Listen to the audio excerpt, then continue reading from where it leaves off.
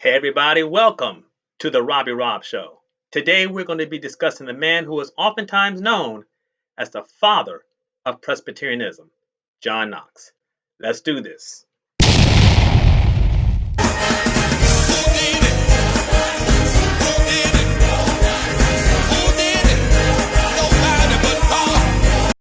It has been a long time, but I am glad to say the Robbie Show is back. I am Robbie Robinson. First, to all of my viewers, I want to apologize and say I am so sorry that it has taken me this long to actually create a video. A lot of things have happened. A lot of things personally going on in my life. I've been fine, but a lot of people who I've had a chance to know so well in my life have been affected by this pandemic that we're going through. So I have taken the time out just to make sure everything at home was straight. But we are back and we are better than ever. As you can see, we're back rocking and rolling to some things. Actually, this is a little bit too plain for me. Let's switch this up a little bit. And by the way, I know some of y'all are going to say when I do this, oh my God, you bring in witchcraft. I don't bring in witchcraft. I just like bewitched. So let me just change to this. I like this. I think this is a lot better. All right. So as I mentioned before I begin, as always, that song you heard in the beginning, Nobody But God, I got permission from my good friend Anthony Junebug Turner, and it is from his album Nobody But God. So I want you at the end of this video, we're going to provide his YouTube URL so you can support him. Also, at the end, I'm going to provide you his Cash App as well as my Cash App. No pressure, no anything. All I'm going to ask is that if you find this video to be a blessing for you, if you find his music to be a blessing for you, go ahead and hit that Cash App. That will be not only on the bottom of the screen, but we'll provide that later on in the video. So, with that being stated, let's talk about Presbyterianism, but specifically, let's talk about the man known as John Knox. So let's talk about John Knox for a second. First, he was born sometime around 1514 in Haddington, Scotland. His father was William Knox, and his mother, well, we don't know who she was. We know that her last name may have been Sinclair, but she died when he was a child. Not much is even known about his early childhood, but based on historical data, we do know that it was possible that he was educated at the University of St. Andrews in Fife, Scotland. As with many people during that time, the dominant Christian denomination was Roman Catholic. And in 1536, he was ordained to the priesthood, but later became a notary and a tutor. A lot of crazy things were going on during his young adulthood. Many of the Scottish were downright fed up with the Catholic Church. I mean, the Catholic Church owned almost half of all Scotland, gained money so much that even the royal family of Great Britain would blush, and the bishops and the priests didn't even attempt to try to play the role of pious and upright men. No, on the contrary, these men didn't even care if their wild, immoral living was exposed. One such example was the Archbishop of St. Andrews, Cardinal David Beaton, who openly had concubines at his crib and fathered not one, not two, not three, not four, but 10 children. 10. As if that wasn't enough, Knox's mentor, the bombastic Protestant preacher George Wishart, was arrested, tried, strangled, and burned at the stake by Cardinal Baby Daddy for going against the Catholic faith, calling what he was doing heresy. Well, that was the last straw. 16 Protestant nobles went to his crib, killed him, and mutilated his body on May 29, 1546. Oh, and for good measure, they hung his body out in the window as well. Meanwhile, John Knox, openly approving of the murder of the late cardinal, was moved on one Sunday in 1546. A preacher by the name of John Ruff publicly asked Knox to take the call of a preacher. He was reduced to tears and submitted to the calling. Well, it didn't last long. The next year, he went back to the dead cardinal's crib, and they sieged it again, they being the Scottish Protestants. This time, Knox got in trouble, and he was sent by the French forces and exiled to England, where he would stay until 1549. After his release, he worked in the Church of England under King Edward VI as a royal chaplain. His reputation became great, and pretty much he was a superstar in England. But then came Mary the First, also known as Mary Tudor, also known as Bloody Mary, and Catholicism was reinstated in England. By that time, he was married to his first wife, Margaret Bowes, and he had to flee England and set sail for France. On the way there, he stopped in Geneva and met John Calvin. He was so impressed by Calvin that he began to adopt the Reformation movement as well as the adoption of the Presbyterian polity versus the Episcopalian polity. And by 1554, the emboldened Knox wrote a pamphlet attacking Mary I, the bishops who put their own on the throne, and just because he could, Charles V, the Holy Roman Emperor, who he stated, quote, no less enemy to Christ than was Nero. On September 24th, 1554, Knox was asked to become a minister for a congregation in Frankfurt, Germany. Knox accepted, but soon ran into some serious problems. Some of the refugees used a modified version of the Book of Common Prayer. Some others preferred a more stricter application of said book. And then Knox, being the preacher that he was, decided to modify the order of service by incorporating a compromise of the two.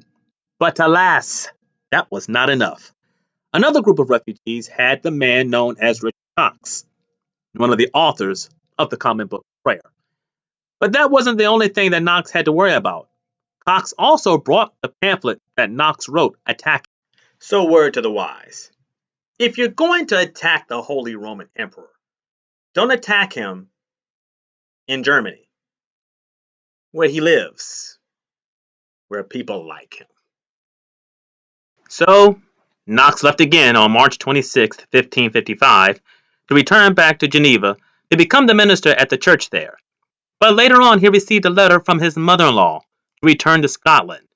Pretty much in that letter, it stated that Scotland was a different Scotland. It was a Scotland that embraced the Reformation. So guess what he did?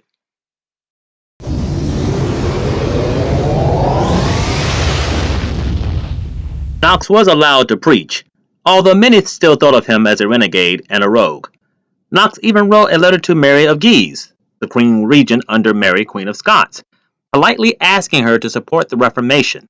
Mary of Scots simply thought of this as a joke and ignored it.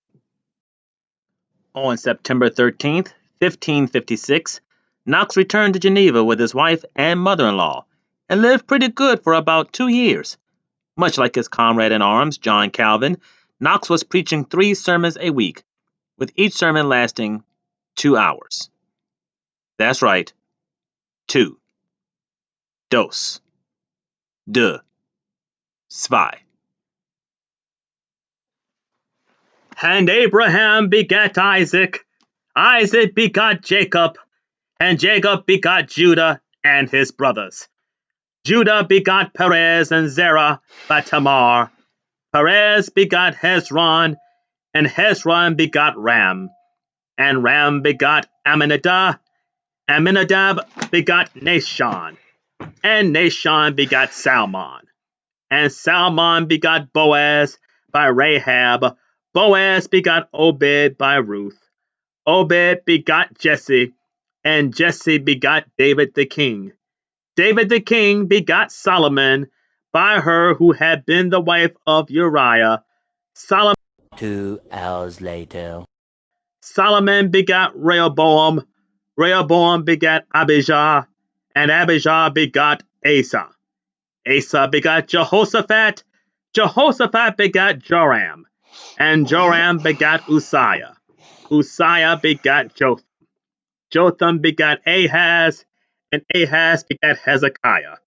Hezekiah begot Manasseh. While in Geneva, Knox became the father of 2 sons, Nathaniel and Eleazar. And in the summer of 1558, Knox published the first blast of the trumpet against the monstrous regiment of women. In summary, he attacked Queen Mary I and Mary de Guise, the Queen Regent. While this position was not unusual, as many people felt that a kingdom could not be ran by a queen regnant, it was still a dangerous thing to say aloud. And it backfired on him. Later that year, Elizabeth Tudor, also known as Her Majesty Queen Elizabeth I, aka Gloriana, aka the Virgin Queen, aka, you get the point, became the Queen of England.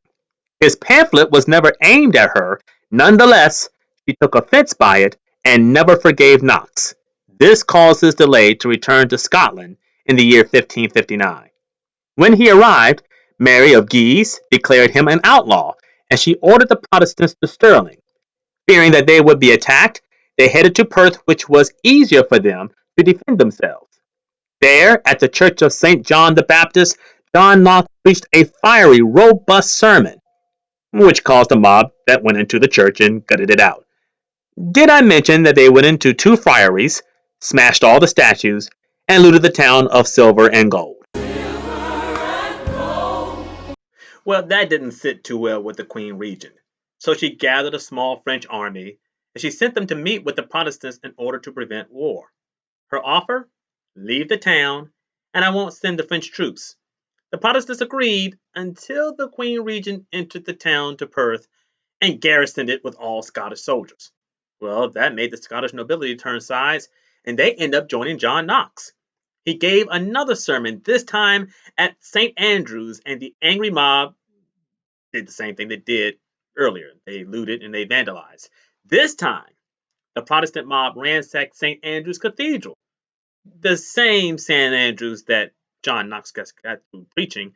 They destroyed the entire interior and left it a mere shell. Well, by this time, the Protestant mob grew even larger and spilled over to central Scotland, which forced the Queen Regent to Dunbar.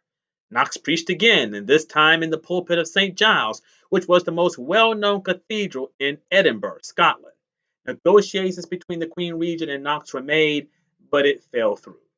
The Protestants took over Edinburgh, and the Scottish nobility got tired of Mary de Guise and disposed her. On June 20th, 1560, something major happened. Mary de Guise died.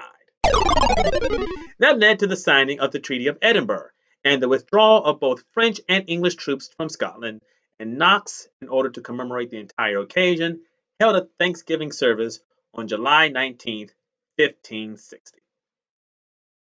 On August 1st, the Scottish Parliament met with John Knox and five other Protestant ministers. Within that meeting, three acts were established.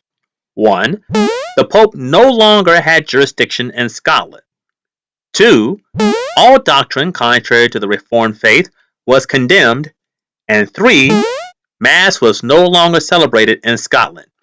That paved the way for Knox to establish the Kirk. No, not that Kirk. This Kirk, which was a Dutch word for the church, in particular, the Reformed Church. Sadly, tragedy would strike. Knox's wife Margaret died, which left Knox a widower and a single father of two young sons. The organization of the Kirk established new settings. Unlike Episcopal polity, in which the congregation had no say in its leader, each congregation was free to choose or reject its pastor. However, once chosen, he could not be terminated from his position. Also, each parish or jurisdiction was self-supporting and autonomous, as far as possible. There were no more bishops, but rather 12 superintendents. This was submitted to the Scottish Parliament and, well, you see, while the Pope may not have had any jurisdictional role, the Kirk had to be financed out of, well, the Roman Catholic Church, which still had a presence in Scotland. Speaking of presence, there was the impending Bloody Mary's first cousin, Mary, Queen of Scots.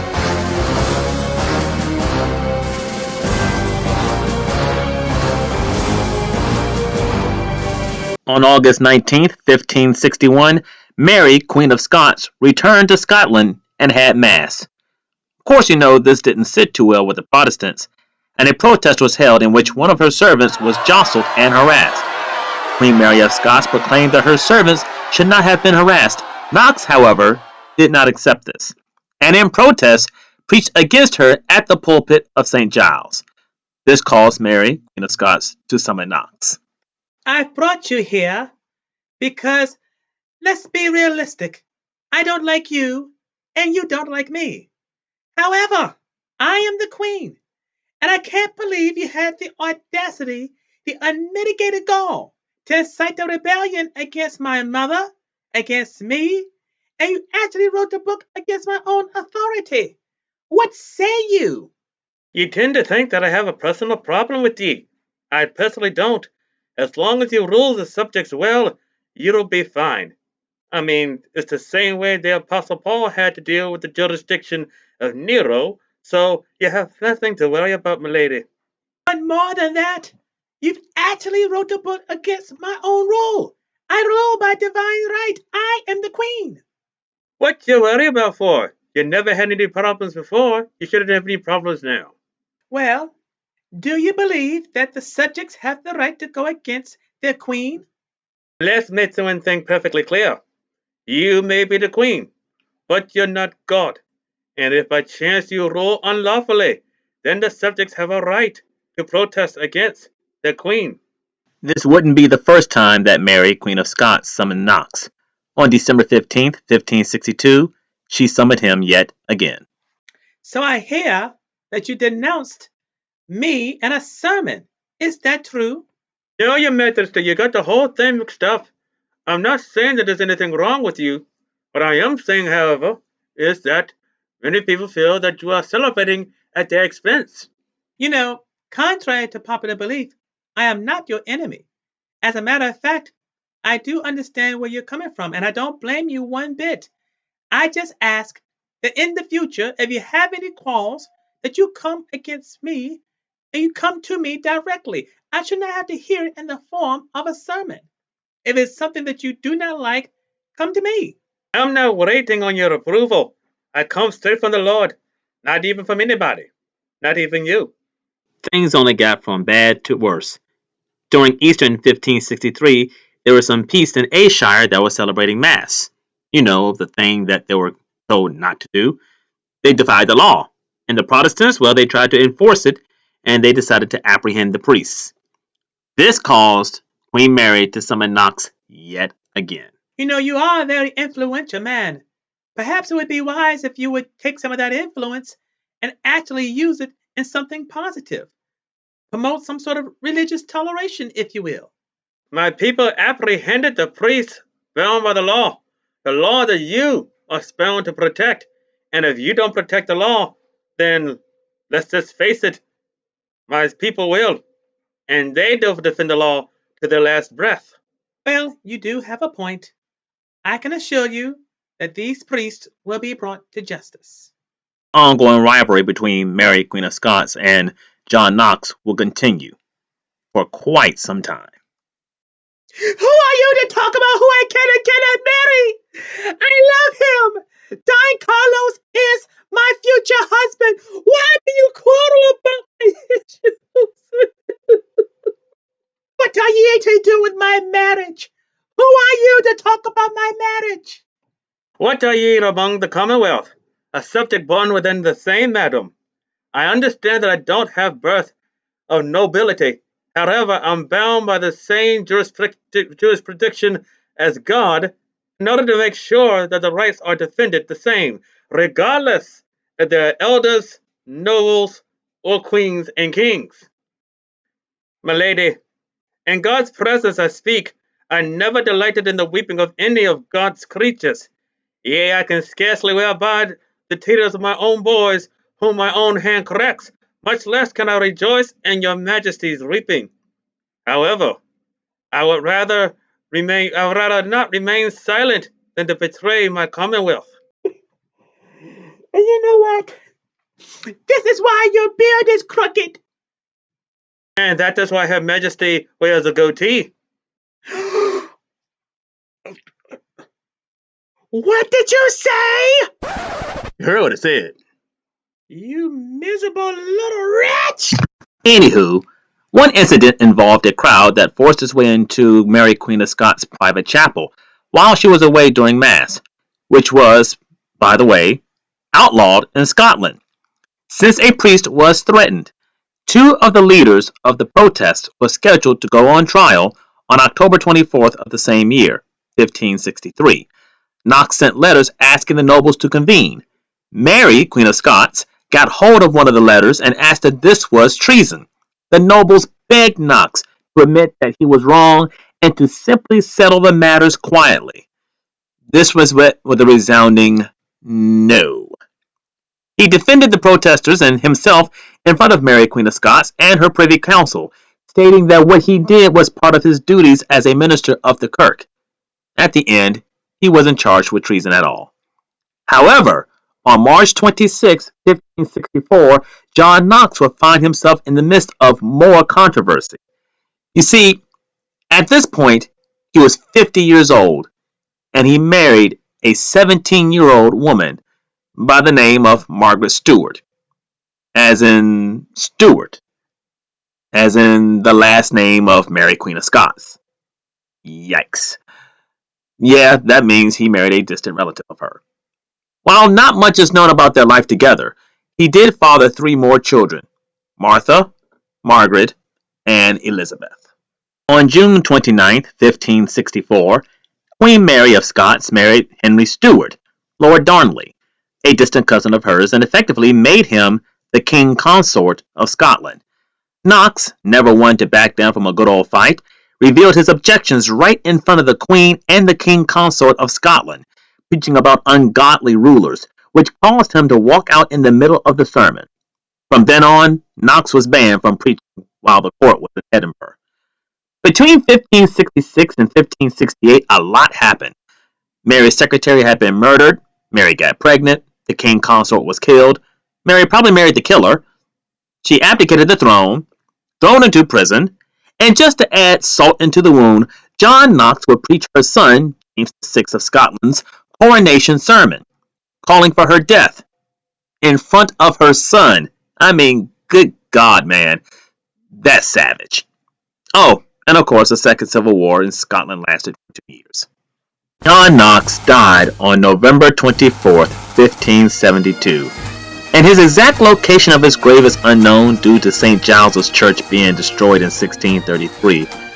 But one thing is for sure, John Knox made his stake in history and caused a huge change not just for Scotland, but later on we'll find out a huge change when it comes to religion in America. So there you have it, folks. That is the biography of John Knox. And I hope that this was informative. I thought that this would be a nice segue for us to go into the talking about the Presbyterian denomination. But more importantly, I hope that you actually enjoyed watching this. I actually enjoyed doing some of the skits here. Listen, we're going to close out this show. There's a couple of things I need you to do. Number one, if you have not done so already, what are you waiting on? I need you to hit the like button. I also need you to subscribe.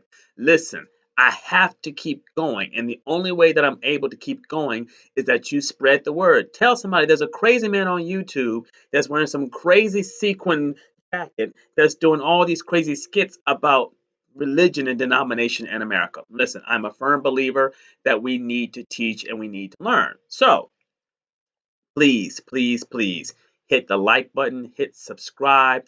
Also, as I mentioned we do at the end of each video, I want you to go ahead and just while you're at it, while it's fresh on your mind, look down below. You're going to see the Cash App for Anthony Junebug Turner. It is Cash App. Let me make sure I get this straight. It is dollar sign. Excuse me, I said Cash App. It really is the Cash App, but the dollar sign is PT Ministries. Dollar sign capital P capital T, capital M, and then ministries. Pentecostal Takeover Ministries. If you feel like this video has did something great for you, then my Cash App is dollar sign ROBBI, oh, excuse me, R0BBIE 84.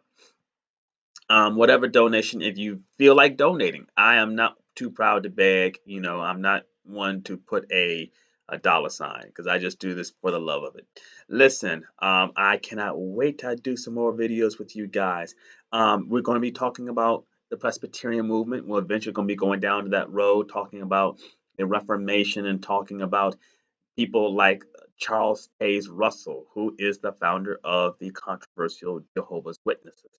We'll be talking about the Church of Jesus Christ of Latter-day Saints. We will be talking about the Moravian Church, all the way down from Episcopalianism to Congregationalism to Methodism, the Baptist ideology, talking about the difference between Arminianism and Calvinism, going down eventually to the Pentecostal movement that took place here in America. So listen, we have a lot of videos. In addition, I plan on actually doing some interviews with some real people who can expound, because it's more than just denomination and religion. It's actually about relationship. This is, for me, a way that we get the news spread out. We have to understand, why do we believe what we believe? And I think this is a good way to get started. So please, I'm done talking. I want you to go ahead, enjoy the video. I hope you enjoyed everything. Don't forget to hit that like and subscribe. Look, we're about to be out, and we're not going to do this the way we normally do it, where we kind of dance. We're going to do it just the way we came in. Are you ready? I'll see you guys later. We're out.